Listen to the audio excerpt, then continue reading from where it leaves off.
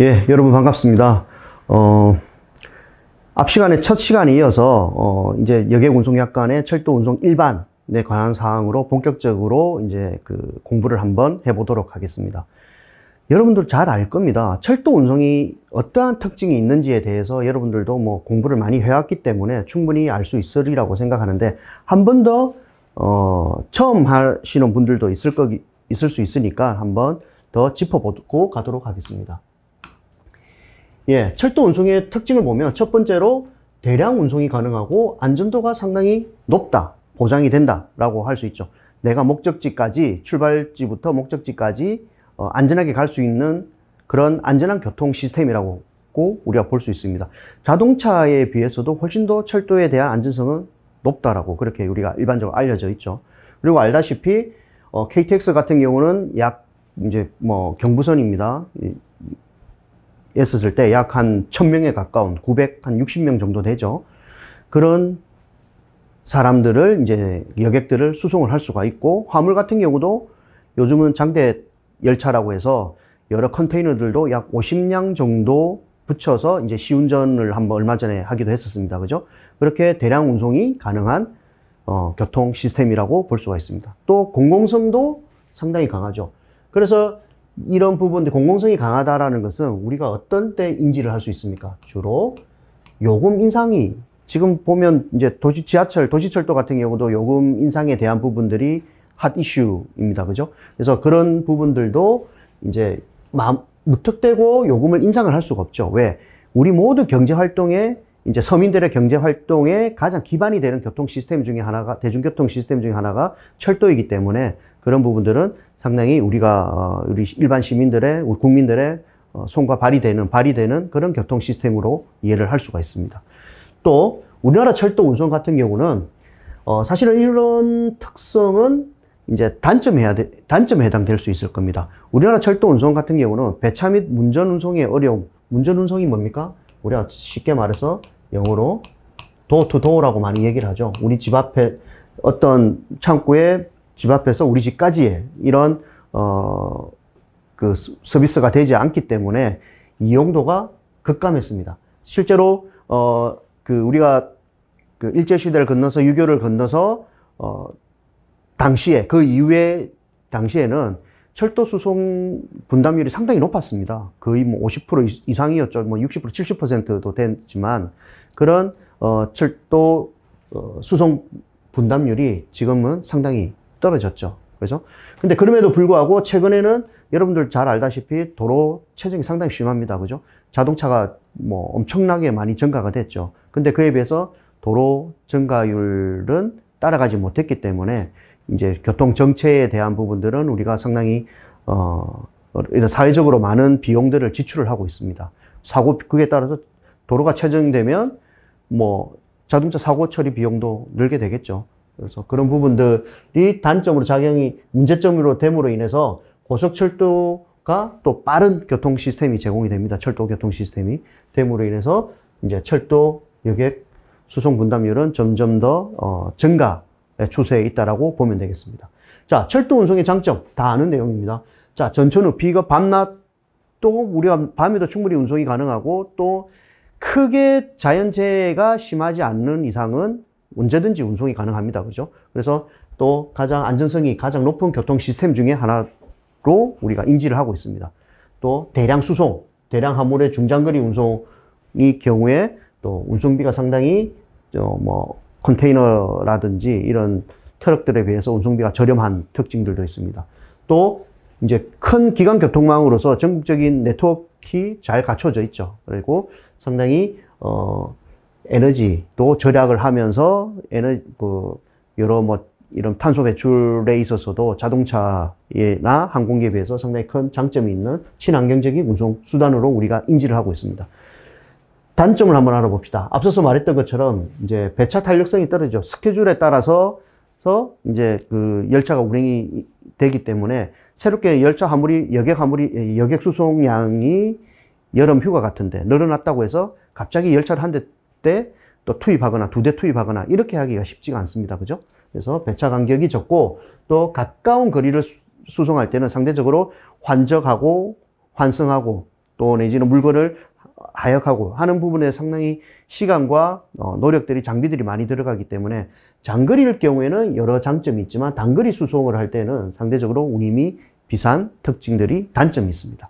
그리고 도어 투 도어 서비스가 안 되고 탄력적인 운임 설정도 어려운 부분들이 있습니다. 또 말했던 것과 같이 환적 작업, 그죠? 열차 편성에 시간이 걸려서 기동성이 떨어지는 단점도 있습니다. 그리고 하나 건설하면 어떻습니까? 우리가 공공성을 이제 따지다 보니까 주로 이 철도를 건설하는 데는 대부분 어디죠? 정부라든지 또 지자체라든지 이런 철도 사업의 주체가 많이 되는데, 그렇게 하다 보니까 이제 그렇게 하는 이유가 대부분의 건설비가 비싸죠. 그죠? 하고 그에 따른 투입되는 부대 설비도 상당히 대용량이고 그런 헤비한, 그런 무거운, 그런 아주 값비싼 그런 이제 설비가 투입이 되기 때문에 뭐 이런 부분에 있어서 이제 공공성을 가지는 이런 정부와 지자체 그리고 대기업들 뭐들이 집중적으로 투자되는 이제 사업의 한 영역이 이제 철도 운송이라고 보면 되겠습니다. 뭐 많이 봤던 내용들입니다. 그죠? 근데 앞서서 지금 여기서 얘기했지만 이제 철도 수송 분담률이 뭐 줄어들었다가 다시 최근에 조금 철도의 고속성을 회복함으로 인해서 증가되고 있다고 그러는데, 과거에 비해서 얼마 정도 되고 있는지를 한번 보도록 할게요.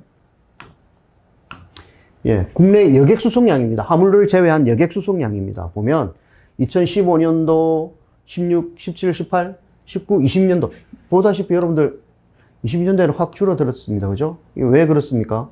코로나 때문에 그렇죠. 지금은 코레일도 그렇고 또 도시철도도 그렇고 코로나 때문에 여객 수송량이 많이 줄어들었다가 최근에 거의 그 코로나 이전 상태로 2019년도 수준으로 많이 회복을 하고 있는 단계로 이해를 하시면 되겠습니다. 자, 그러면 다른 철도의 여객 수송 타 교통 시스템과의 수송 분담률을 따져봤었을 때는 여객 분야에 있어서 철도와 지하철로 구분이 되고 있는데, 이거를 합치면 공로, 이제 자동차 수송 분담률은 약 86.9%, 거의 90% 수준에 86%, 거의 그렇죠. 그리고 철도나 지하철 같은 경우에 철도가 3.8%, 지하철이 9.2% 해서 약 한 12% 정도, 그죠? 12%, 13% 정도 되겠네요. 13% 정도 수준에 머물러 있습니다. 그래서 실제로 철도 교통 수송 분담률 1%만 증가를 시키면 우리가 거기에 따른 이제 그 운임 수입도 있고, 또 자동차로 이동하는 사람들이 철도로 이동함으로 인해서 생기는 그런 베네핏들, 또 환경오염에 대한 베네핏들, 이런 것들이 상당히 크다고 볼 수가 있습니다. 또 보면 추이 변화도 보면 이게 이제 철도 분야고 이제 도시 지하철입니다. 그죠? 12.4%에서 13%까지 점점 늘어났다가 코로나 상태로 다소 이제 감소하는 이런 추세를 보이고 있습니다. 예, 이제 본격적으로 운송 계약, 이제 여객과 철도 서비스를 제공하는 그런 철도 기업들 간의 운송 계약의 법적인 특성에 대해서 한번 알아보도록 하겠습니다. 기본적으로 적용 대상은 보면 여객과 화물 운송에 대한 계약으로 볼 수가 있습니다. 그죠? 자, 우리가 법적인 용어라서 아마 이 용어를 처음 들어보는 분들도 많을 겁니다. 자, 그렇지만 우리가 이 시험 문제, 실제로 낙선 계약이라든지 유상 계약이라든지 이런 것들은 시험 문제 많이 객관식으로, 당연히 다 객관식이니까 필기시험 같은 경우에 많이 나오는 시험, 그런 용어가 되기 때문에 이 부분들은 빨간색으로 되어 있죠. 그래서 제가 좀 중요한 것들이라 또 시험에 많이 이제 제가 그 관연도 출제된 문제들을 제가 다 보고 이 자료들을 만들었는데, 거기서 나오는 것들, 반복적으로 나오는 것들이나 한번 이 정도는 한번 볼만하다라고 제가 판단되는 것들은 다 이렇게 빨간색 또 내지는 이런 다른 색보다는 볼드 처리가 되어 있습니다. 그죠?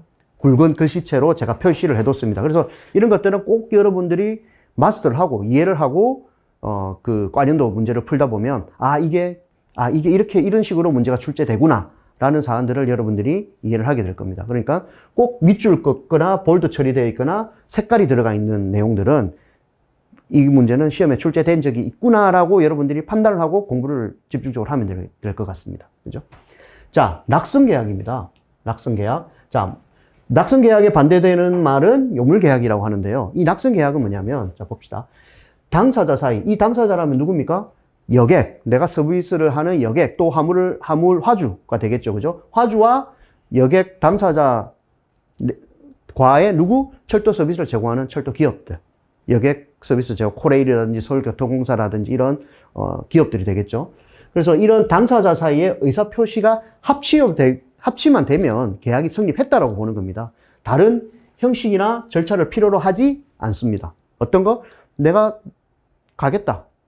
나를 수송해 줄래? 그래? 그럼 내가 그 시간에 우리 철도 서비스를 제공할 거니까 너는 그걸 타라. 라고 하는 이런 합치에만 보면 이 계약이 성립되었다라고 보는 겁니다. 다소 어떻게 보면 이렇게 말로 하는 것도 여러분들 법적인 계약이 성립이 된다라고 우리가 알고 있습니다. 그죠? 그래서 이런 부분들은 우리는 낙선 계약이라고 합니다. 또 이에 반해서 이 요물 계약이라고 하는 것은 뭐냐면 반대되는 겁니다. 낙선 계약과 반대되는 개념인데 당사자 간의 합의를 하는 거 외에 이 합의를 받잖아요. 그죠? 합치를 받는데 이거 외에 물건의 인도나 기타 급부하는 것을 계약의 성립 요건으로 요구를 하는 것을 요물 계약이라고 우리가 얘기를 합니다. 그래서 서로 반대되는 개념이 되겠죠. 자, 또 유상계약입니다. 자, 유상계약. 매매나 임대차와 같이 우리가 건물을, 부동산을 매매하거나 또 빌리는 것과 같은 이런 계약을 할 때 계약 당사자 상방이 서로의 대가적 의무를 지는 계약입니다. 뭐죠? 서로의 대가적 의미라 하면 여기서 부동산 계약 같은 경우는 뭐가 해당됩니까?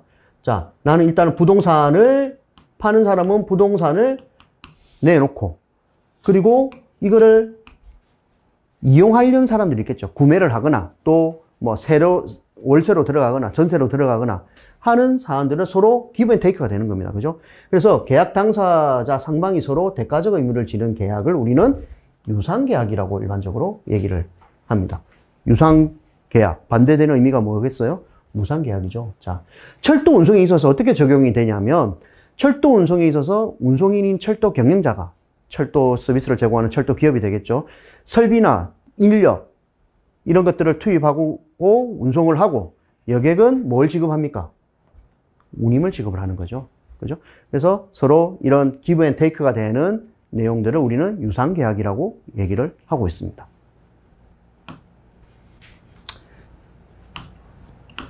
자, 다음은 쌍무계약입니다.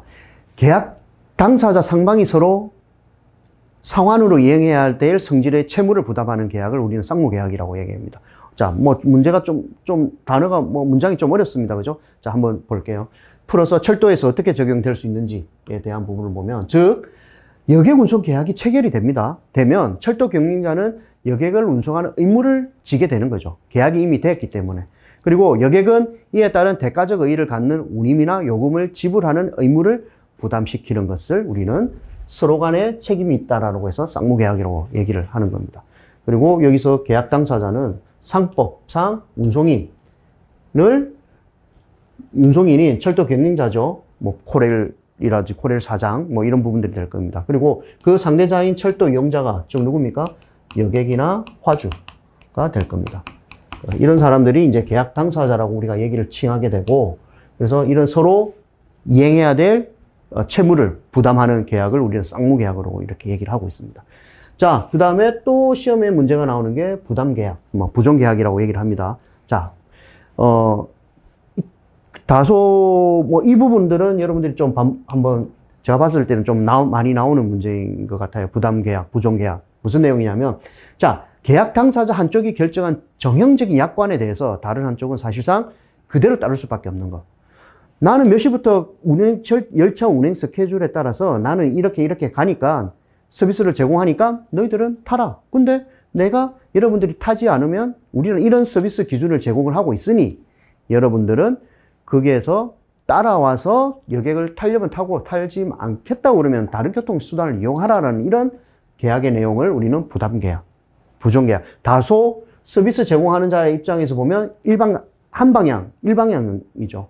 위에서 말했던 쌍무계약 같은 경우는 서로 채무를 부담하는 계약이었음에도 내 반해서 이 부담계약은 내가 일방적으로 서비스를 제공하고 타려면 타고 이용하려면 하고 하기 싫으면 하지 마 라고 대신 다 따라와라 라고 하는 게 여기서 말하는 부담계약, 내지는 부종계약이라고 얘기를 합니다. 그래서 운송이나 수도, 물은 우리가 이용할 수밖에 없잖아요. 그죠? 그리고 보험 등의 계약은 보통 이런 부담계약, 뭐 부합계약이라고도 얘기를 합니다. 용어가 다양한 용어가 좀 한자다 보니까 많이 쓰이고 있습니다. 근데 일반적으로 우리는 이 부담계약이죠. 철도, 여객 서비스, 화물 서비스도 다 부담계약에 해당되는 겁니다. 그죠? 그렇게 그 기준을 정해놓은 게 뭡니까? 우리가 보는 이 여객운송 약관이 되는 거죠.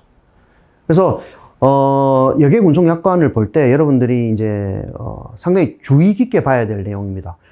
내가 지금 여기서 얘기하는 것들이 시간이 흘러서 봤었을 때는 이 내용이 아닌데 라고 여러분들이 얘기를 할 수가 있어요. 그게 왜 그러냐면 여러분들을 이 여객운송 약관은 한국철도공사 홈페이지에 가면 서비스 제공이 됩니다. 홈페이지에 이제 올라가져 있는데 그 법령이 약관이 계속 바뀌어요. 사정에 따라서, 코레일의 사정에 따라서, 또 사회적인 어떤 변화에 따라서 약관이 계속 개정이 됩니다. 근데 지금 현재 오늘 시점에서 가장 마지막으로 개정된 날짜가 2019년 7월 5일입니다. 그래서 여러분들이 이후에 이게 또 개정이 되면 개정된 내용들에 대해서는 계속 업데이트를 시켜줘서 여러분들이 자격증 공부를 할 때는 업데이트된 최신 개정판을 가지고 공부를 해야 된다는 거죠. 그래서 그 부분들은 여러분들이 좀 신경 써서 봐주기 바랍니다. 그래서 요거는 반드시 여러분들 체크를 하면서 봐주시기 바랍니다. 자, 이 약관의 목적입니다. 그럼 여객운송약관, 한국철도공사의 여객운송약관을 만드는 이유가 뭐냐? 보면 아까 봤던 계약관계에 대한 내용들이 있었다, 그죠? 자, 그 내용을 염두에 두고 한번 보도록 할게요. 자, 이 약관은 철도공사, 이제 이하는 계속 그냥 그 한국철도공사인데 철도공사라고 합니다. 철도공사가 운영하는 고속철도, 준고속철도, 그리고 일반철도, 광역철도 및 도시철도를 제외한 철도는 이게 뭡니까? 아까 제가 서두에 얘기했지만 광역철도 여객운송약관이 별도의 약관이 있습니다. 그죠? 여기서 해당되는 철도 종류는 고속철도, 준고속철도, 일반철도에 해당되는 내용입니다. 그래서 여기에서 정한 여객운송과 이제 서비스에 대한 철도공사와 철도를 이용하는 사람 누굽니까? 여객과 하주가 되겠죠. 그래서 권리와 의무 그리고 책임, 주주사안 등을 정하는 것을 목적으로 하고 있습니다. 여러분 우리가 이제 법령에서 보면 이 철도의 종류가 이렇게 구분이 됩니다. 그죠? 뭐 참고사항입니다. 참고사항이니까 여러분들이 나중에 이제 자료를 보고서 이렇게나라는 것을 철도 분류를 이렇게 하고 있구나라고 보시면 될 텐데 철도건설법에서는 고속철도를 어떻게 정리하고 있냐고 그러면 시속 200km 이상으로 주행하는 철도를 우리는 철도건설법에서 고속철도라고 얘기를 하고 있습니다. 근데 철도사업법에서는 이제 준고속철도를 철도사업법 시행규칙에 따라서 철도 차량이 대부분의 구간을 200km에서 300km 미만의 속도로 운행할 수 있는 노선의 철도를 이제 준고속철도라고 또 얘기를 하고 있어요. 그래서 보면 고속철도와 준고속철도를 별개로 구분하는 건 철도사업법상 한정이 되고 있습니다. 철도사업법에서 이렇게 한정하는 거고 철도건설법상에서는 200km 이상이면 무조건 고속철도로 분류를 하고 있습니다. 그래서 국제철도연맹에서 이 카테고리를 3개로 구분해서 하고 있는데 여기서 또 보면 고속철도를 250 대신 전용선에서 운행이 되는 겁니다. 250km 이상으로 운행하는 철도 그리고 뭐 카테고리 2에서는 200km 이상 최소 200km 이상으로 운행하는 철도 그리고 카테고리 3은 개량된 기존선에서 200km 이상으로 운행하는 뭐 것들 또 내지는 지형적인 문제나 도심 통과로 인해서 일부 구간에서 이 200km보다 낮은 속도로 운행하는 철도를 카테고리 1, 2, 3으로 분류를 하고 있습니다. 국제철도연맹에서 구분하고 있는 특징이죠.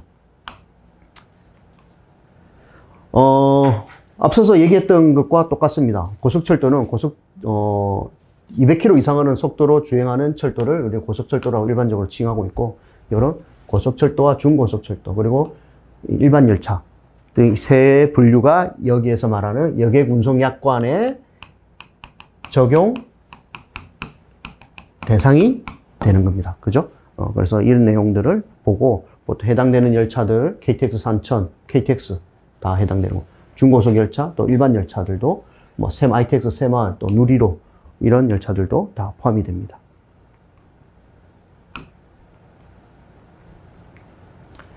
자, 약관을 이용하기 위해서 상당히 명확한 개념을 정립을 하고 가야 되는 부분입니다.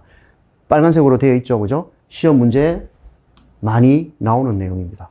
자, 우리가 일반적으로 앞서서 말했던 여객과 화물에 대한 공간적인 이동에 대해서 우리가 서로 계약관계가 성립이 되는 거라고 했습니다. 그죠? 자, 유아를 한번 볼까요? 여객에 어떻게 구분하는지를 한번 보면, 자, 여객이라면 유아, 그리고 어린이, 그리고 어른. 이 세 가지 구분으로 이루어집니다.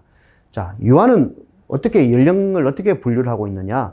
유아는 약이 아닙니다. 유아는 만 6세 미만을 우리는 유아라고 칭하고 있습니다. 만 6세를 넘었으면 어떻게 됩니까? 어린이로 인해서 유아가 받는 혜택들은 상실되게 되는 거죠. 그리고 어린이 같은 경우는 만 6세, 이 유아를 넘어서는 만 6세 이상, 그리고 만 13세 미만의 사람을 우리는 어린이라고 얘기합니다. 그래서 어린이 요금을 부과하게 되는 거죠. 어른들은 이 만 13세 어린이의 나이를 초과하는 사람들은 우리는 다 어른으로 칭하고 있습니다. 그래서 여객에 대한 설명으로 틀린 것은, 맞는 것은, 이런 식으로 해서 시험 문제에 자주 출제되는 그런 문제의 대상이 되겠습니다. 그래서 이것들은 여러분들이 꼭 알아두시기 바랍니다. 자, 역입니다. 당연히 역을 통해서 우리는 승객이 승하차하고 화물을 상차하고 하차하고 합니다. 그죠? 자, 역이란 여객을 운송하기 위한 설비를 갖추고 열차가 정차하는 장소를 말합니다. 근데 우리가 노래도 있죠. 간이역. 이 간이역은 뭐라고 하냐면, 자, 간이역에 대한 문제도 꽤 많이 출제가 되고 있습니다. 솔솔찮게 많이 그렇게 어려운 문제는 아니지만 한 번씩 나오는 문제가 이제 예시로서 나오는 건데, 자, 간이역이라고 하면 기본적으로 여객이 승하차할 수 있는 설비를 갖추고 있습니다. 다만 제공되지 않는 일반 역과 다르게 제공되지 않는 게 있습니다. 뭐냐면 승차권 발행 서비스를 제공하지 않는 역을 우리는 간이역이라고 합니다. 그러면 간이역에서 발행 서비스를 하지 않으면 어디서 티켓을 사지? 라고 얘기를 할 수 있는데, 기본적으로 어디서 삽니까? 보통 요즘은 어플로 많이 사용하고 있기는 하지만 승무원에게, 열차를 탑승하고 있는 승무원에게 발권 서비스를 받을 수 있는 거죠. 그래서 간이역은 설비는 갖추어져 있지만 승하차 발행 서비스를 제공하지 않는 역을 우리는 간이역이라고 얘기를 하고 있습니다. 자, 승차권 판매 대리점입니다. 보통 일반적으로 어플이라든지 앞서 말했던 것 같이 어플이라든지 이제 역에서 우리가 티켓을 구매를 합니다. 열차 티켓을 구매를 하는데, 근데 이제 승차권 판매 대리점이라고 하면 철도공사와 승차권 판매에 관한 계약을 체결합니다. 코레일과 그다음에 대리점, 승차권 판매 대리점과 계약을 해서 철도 승차권을 판매를 대리하는 데가 되겠죠. 주로 어디냐면 우체국과 은행, 그리고 여행사 등이 여기에 해당됩니다. 과거에 저도 여행사를 통해서 제가 이제 근무하던 데 가까이 있는 데가 있었는데, 그 여행사를 통해서 어플이 활성화되지 않았을 때에서 이제 티켓을 발권을 받은 경험도 있습니다.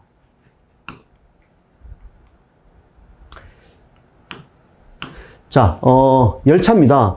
열차란 철도공사에서 운영하는, 앞서 말했던 우리가 분류 기준이 있었죠. 고속철도, 중고속열차, 그리고 일반 열차를 우리는 열차라고 얘기를 합니다. 또 차실이라고 하면 우리가 넘버링이 되어 있습니다. 그죠? 일반실이나 특실 등의 열차의 객실의 종류를 우리는 차실이라고 얘기를 합니다. 자, 철도 종사자. 그리고 철도 종사자는 철도안전법에서 정하고 있는데요. 제2조에서 정하고 있습니다. 이런 승무 및 역무 서비스 등의 업무를 수행하는, 어디에 소속되어 있습니까? 한국철도공사의 코레일에 소속되어 있는 사람들을 우리는 철도 종사자라고 얘기를 하고 있습니다. 또 중요한 겁니다.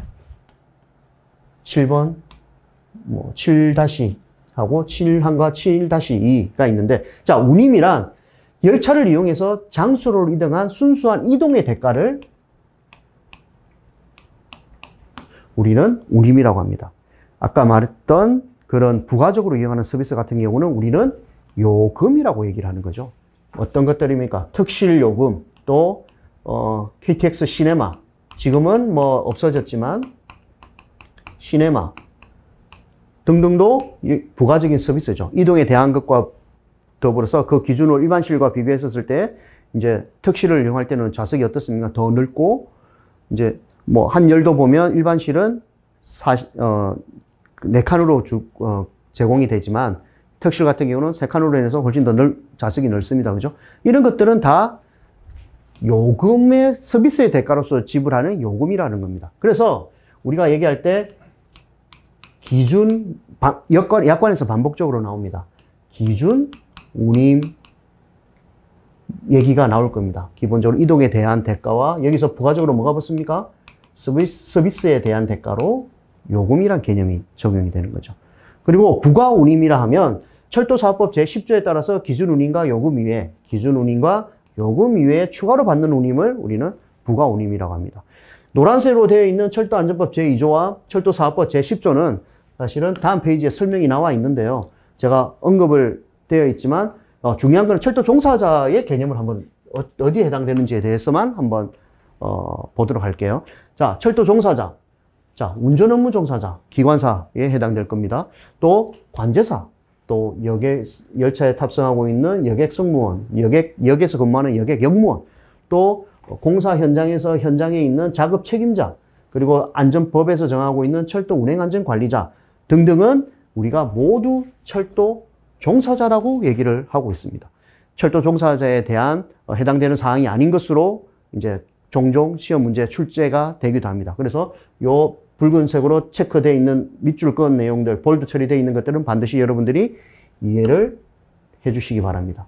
또 부가운임은 이 내용은 뒤에 가면 반복적으로 지금 나오고 있기 때문에 그때 해당되는 조문에 가서 다시 한 번 더 설명을 하도록 하겠습니다.